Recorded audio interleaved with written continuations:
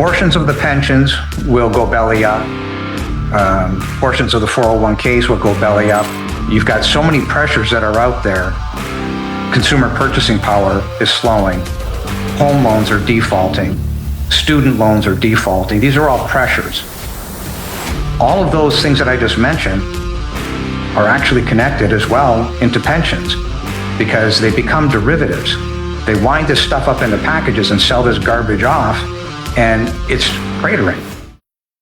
Welcome to today's interview here on brightvideos.com. I'm Mike Adams, and today we are joined by Mitch Vexler, who is just an extraordinary individual with great courage who's been sounding the alarm on a number of topics, including how your property tax dollar amounts are actually rigged and your property taxes are in essence stolen by various jurisdictions across the United States. It's a giant scam to take your money. But also, we're going to talk about the interaction between the commercial lending market, bonds, commercial banks, and much more. So welcome Mitch Vexler from Mockingbird Properties. Let me give out your website. It's mockingbirdproperties.com/DCAD, which is, we'll talk about that coming up. But welcome, Mitch. It's great to have you back on the show today. Thank you very much for inviting me and giving me the opportunity to further explain this to mom and pop across the United States, Canada, and believe it or not, as far away as New Zealand.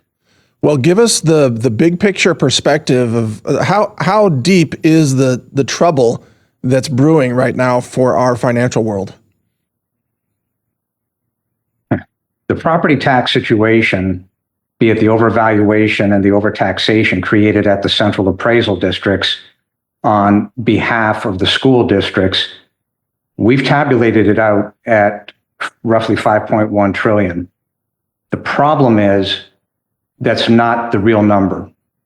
And the reason it's not the real number is because under the Sarbanes-Oxley requirements, banks that are holding roughly 60% of their funds in cash are required to have that money in bonds.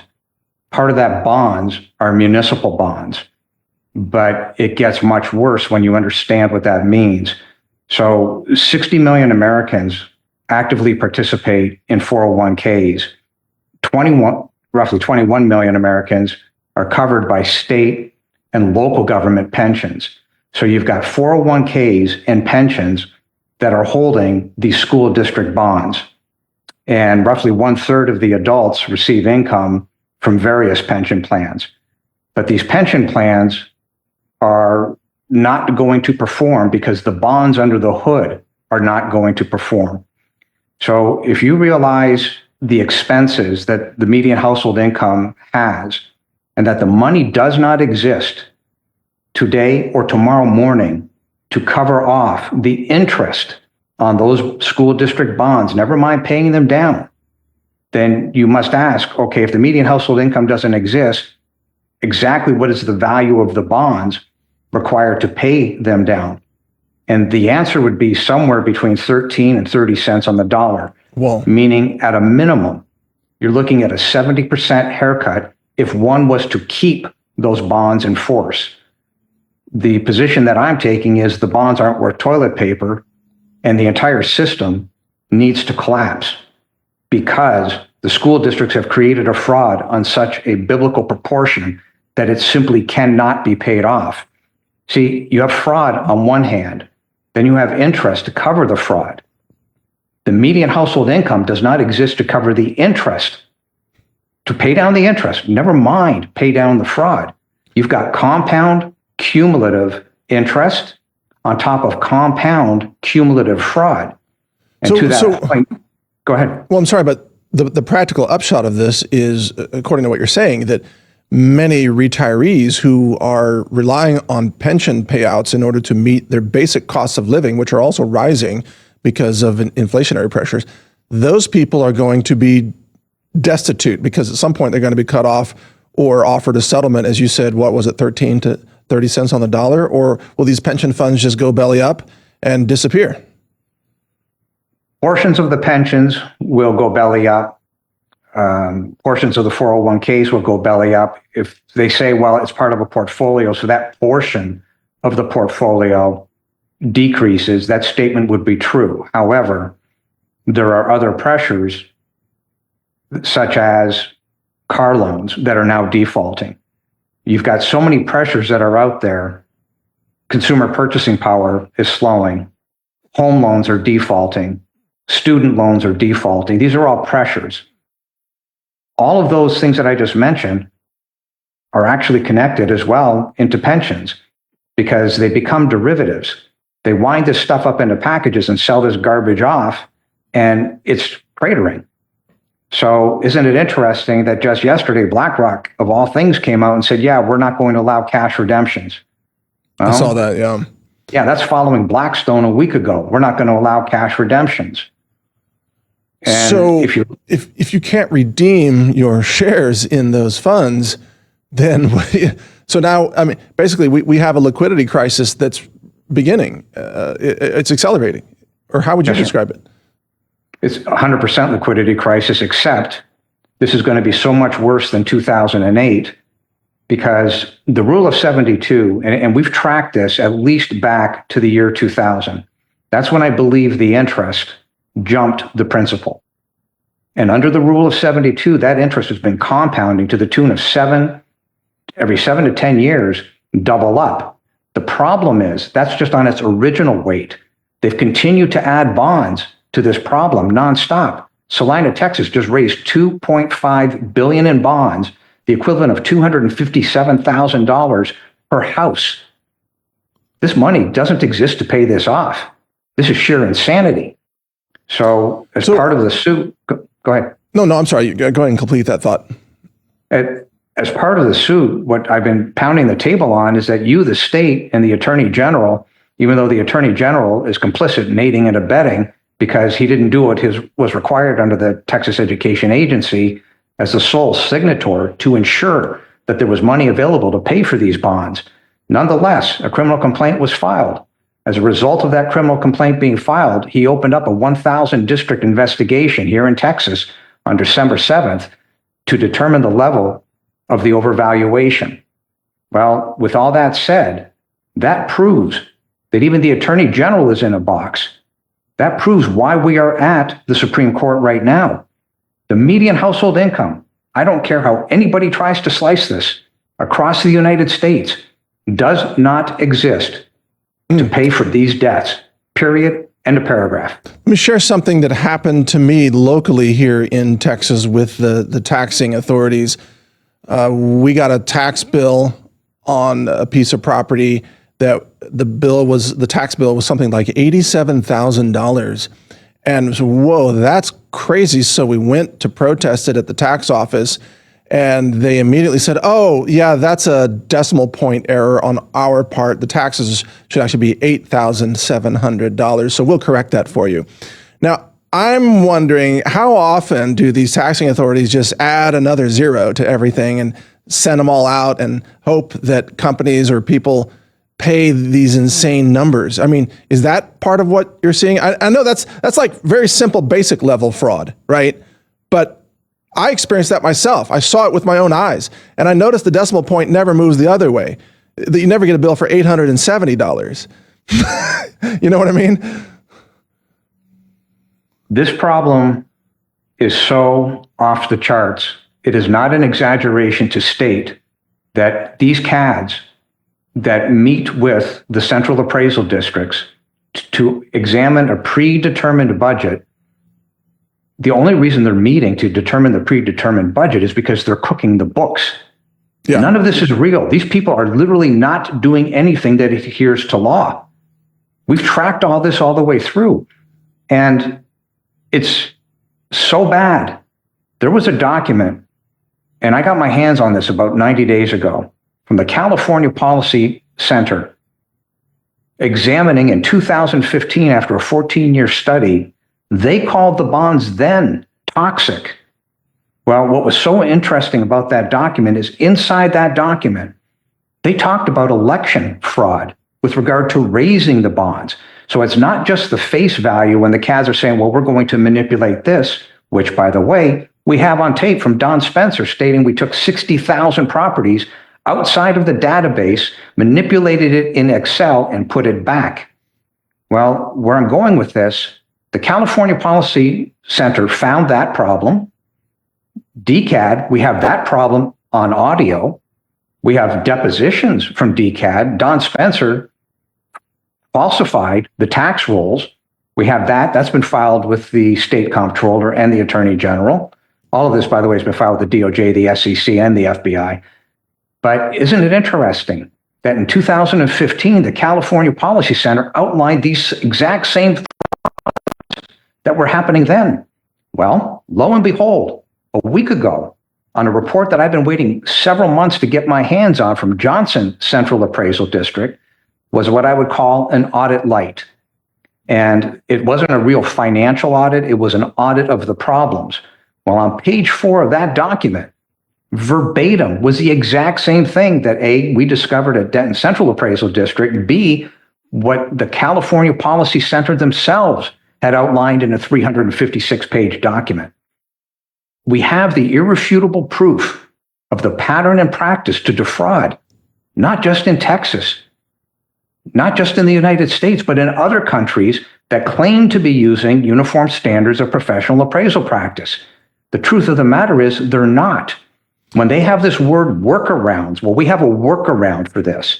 That means that they manipulate the data to whatever determined amount they want to manipulate it to. The software that's being used by these CADs is designed to allow them to commit fraud. It's irrefutable. I mean, there's no defense for any of this. So, as you're describing it, what's being constructed is a financial house of cards that is not sustainable. And when it topples, many, many millions of people are going to be hurt just in America alone. And I'd love your response to the idea that a trigger may have just occurred, which is this war in the Middle East, which of course has wrecked much of the energy infrastructure that will have long-term implications for, many industries, including agriculture, fertilizer production depends on natural gas and sulfur, et cetera. But energy scarcity could cause the beginning of a lot of defaults of certain companies and manufacturers in different countries, which could bleed into banks and so on. What's your assessment of how much of a sort of cascading domino effect impact that this current crisis could have on the financial situation you're describing? Let's go down the road for a second of leveraged derivatives. So coincidentally, one of the people that I work closely with is in the process of putting a very large fund together to take advantage of these type of situations. And he wrote a document, a couple pages, but it traces through what would happen if 25% of the world's flow of oil was delayed and or stopped. And the cascading effect due to the leveraged derivatives themselves would be enough to knock the globe off of its kilter, meaning the catastrophe that would follow, because everything is connected to oil. And even the median household income, you'd say, well, how's that possible? Well, because people have jobs, and those jobs are dependent on oil. If you manufacture packaging, well, packaging is dependent on oil. Heating is dependent on oil, other than coal and that kind of thing. But all these things globally are dependent upon one another. And the power grid depends on natural gas in large part. Yeah, but you have the same problem, right? So you look at these data centers, whether it's nonsense or not, put it to the side, but look at the data centers. They need diesel-powered generators. Where are the parts made? China. How do the parts get here? Oil. Right. All of these things are connected.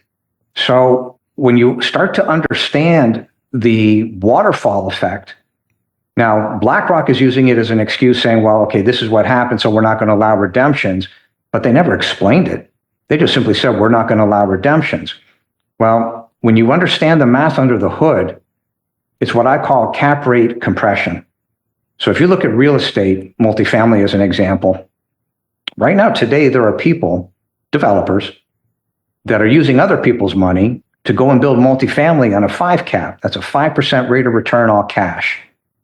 When you look at the private equity, what's private equity been doing? Well, they've been buying other private equity. What's the rate of return? about 6%, all cash.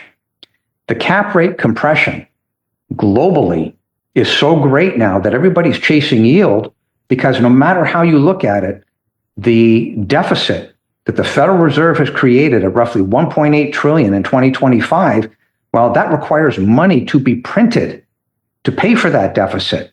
The deficit never went away. You have that exact same rail happening at the school districts and the central appraisal districts. The printing machine for the school districts is mom and pop. Their house is the asset. That's the security for the fraud that they have committed on the bonds. It is the exact same rail. One is occurring at a state level, the other is occurring at a federal level. Either way, this debt isn't going to get paid off. It's going to blow up unless serious people get together, i.e. the state of Texas, go and meet with the Federal Reserve. I mean, I have solutions, I have possible ideas and a hybrid, but that's just me talking with myself. That's useless. Yeah, nobody seems to be interested in solutions. They just want to pretend that everything's fine. And speaking of pretending, I noticed that the Trump administration appears to be pretending that the war with Iran is just about over. And yet, you and I both know that Iran has said it's not over and the Strait of Hormuz will not be open to commercial vessels. And that is, according to my research, about 20 million barrels per day of oil is now offline, which I think that's roughly around 20 to 25% of global supply. That and also I think the UAE and also Qatar, you know, they've shut operations. They're just not producing anymore. And for some of the Gulf Arab states, there's no more place to put the oil. You know, the oil storage is maxed out because there's no ships taking it away. So if we've lost, let's say, 25% of global oil production, even though in the US we may domestically have more oil than most countries, and Russia, of course, has plenty of oil, this is going to hit Europe very hard, very hard. And that's going to cascade from London to New York, isn't it? I mean, we're not isolated. We don't live on islands anymore. Talk to us about that. The private equity funds, interestingly enough, are cross-collateralized with the shadow banks. The shadow banks get their money from the big banks. Well, they're all cross-collateralized. They're all in bed with each other, and they're all out there doing derivative nonsense, which I'm not even sure the Federal Reserve has the ability to track what's going on. It would be quite a lifting chore. The point of the matter is, it only takes one domino to fall, and the entire thing comes down. And the biggest red flag that everybody's got right now, in fact, is BlackRock with 14 trillion. Now, does BlackRock really care about their assets under management? Yes, because they get a fee. Do they really care about the profit? No, because they get a fee. 2% of assets under management, 14 trillion, not a bad day at the office. The point of the matter is that it's the leverage, it's the compounding of the leverage, and it's the derivatives on the leverage that simply can't be paid off. There's no math to do it.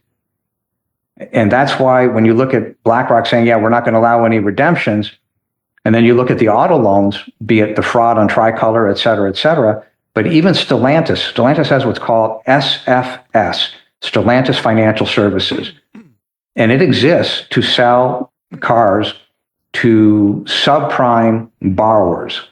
Well, we've heard of this word subprime in 2008, and it didn't end well. Right back to your word, liquidity crisis. Well, that's what's going to happen, except this time around, the magnitude is simply so much greater. The income didn't ever went up to even participate in paying down these debts or the interest on these debts.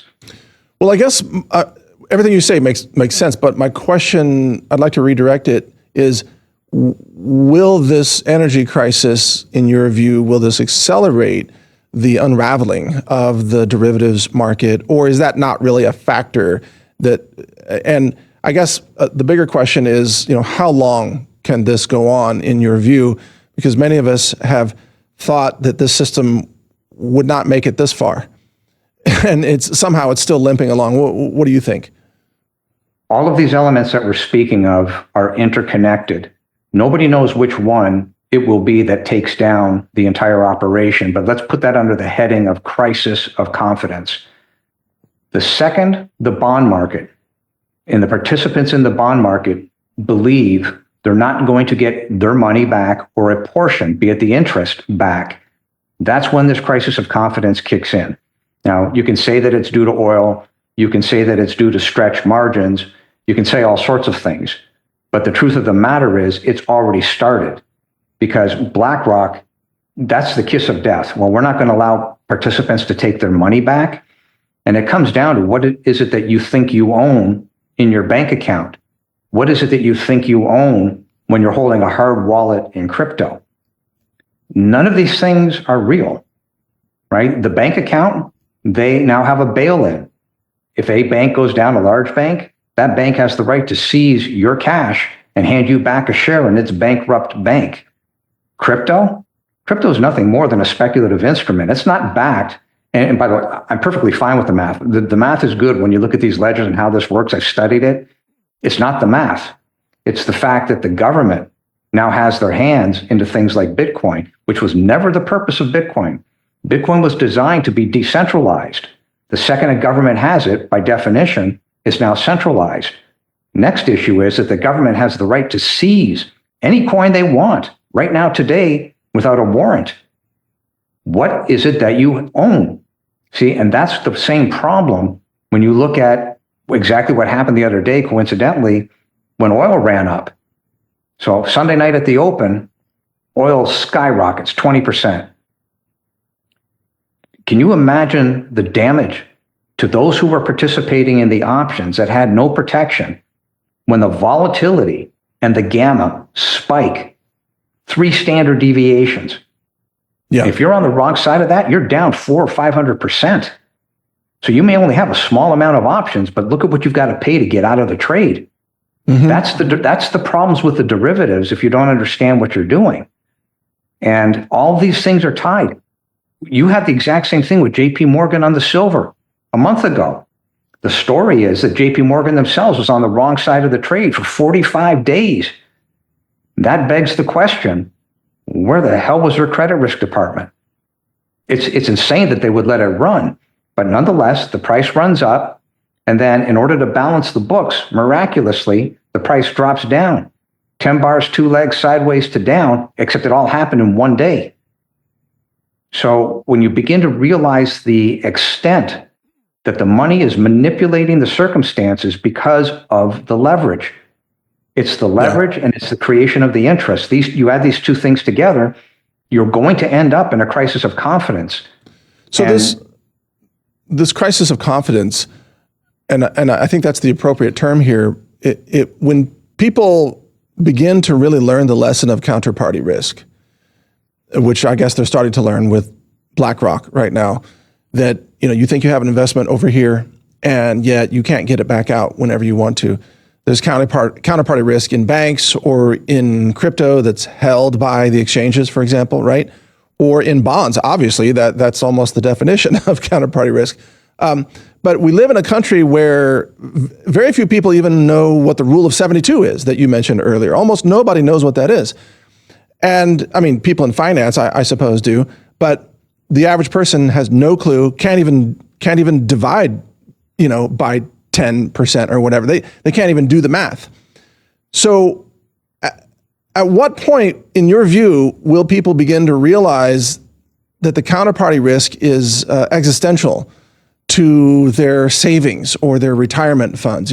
What is the panic point where people say, oh my God, I got to get it out of the system at any cost? You're there now, they just don't realize it quite yet. So the average family of 4 in the United States is literally living off credit cards.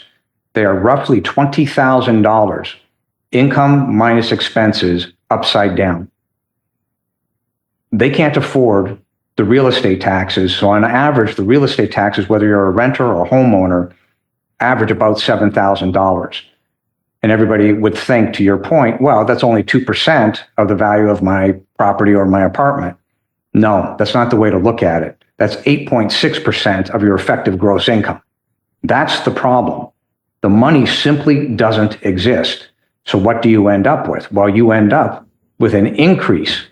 Never mind the tens of thousands that have already lost their homes. You're going to end up with tens of thousands more that are going to lose their homes due to tax lien foreclosures. This is happening now. Your auto defaults are skyrocketing. Well, if you're going to have a job in states like Texas or California, you need a car. If you can't pay your property taxes and you can't pay the payment on a car, and even though Stellantis has an entity that finances the subprime borrowers, if the money doesn't exist and the average family is upside down, how are you going to pay for a car? How are you going to pay for the property taxes? How are you going to pay for health insurance that's skyrocketing to the tune of 300%? How are you going to pay for house insurance that's got nothing to do with the problems of the house, but the insurance company is trying to hedge what's coming? Yeah, These things are all connected.